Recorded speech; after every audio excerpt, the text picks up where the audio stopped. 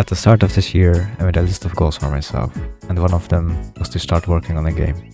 Last year, I finished my bachelor's and got my degree as a 3D artist for games. And making my own game is something I've been thinking about for a long time. So I thought, this is the year. The best time to start is right now. But to make a game, you need to have an idea.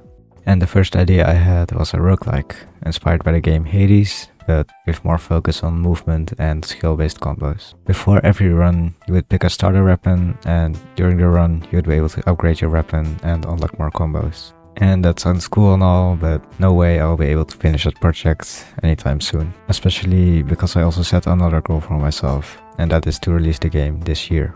After this, I realized I need to keep the scope extremely small. So after some thinking, I decided on the following concept. A small peaceful island with small tasks for the player, like watering the plants, going fishing, cooking food, and ending the day watching the sunset. This way, the game has only one environment, one character, and about 15 minutes of gameplay, which, in my opinion, sounds a lot more achievable than the previous idea. Before I started production, I did some pre-production, if you can even call it that. What it boils down to is a list of game mechanics and assets to keep track of, and after that, I created this awesome concept art. And that's all I really did for the pre-production phase. Next thing I did was create a block out of the island, so I could get an idea of the scale and distance between everything. I also created a simple character controller so I could walk around and test the space. Once that felt right, it was time to create some art. So I started with the character that lives on the island. And here she is. She doesn't have a name yet, so feel free to suggest some in the comments. I gave her some animations so she can walk around and explore the island. But currently the island looks like this, so let's fix that. And I think right now is a good time to talk about the art direction for this game. I want this game to feel comforting and a little carefree, like the feeling of a sunny summer day where you are free to do whatever you want.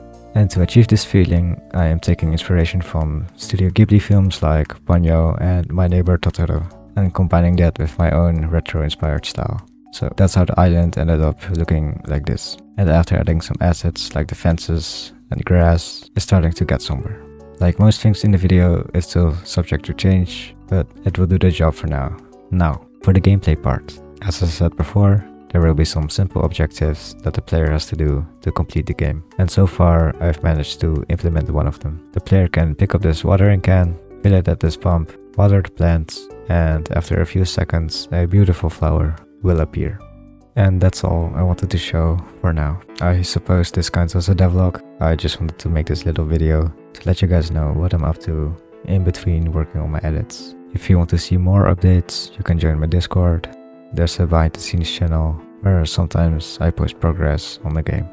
Okay, that's all. Bye.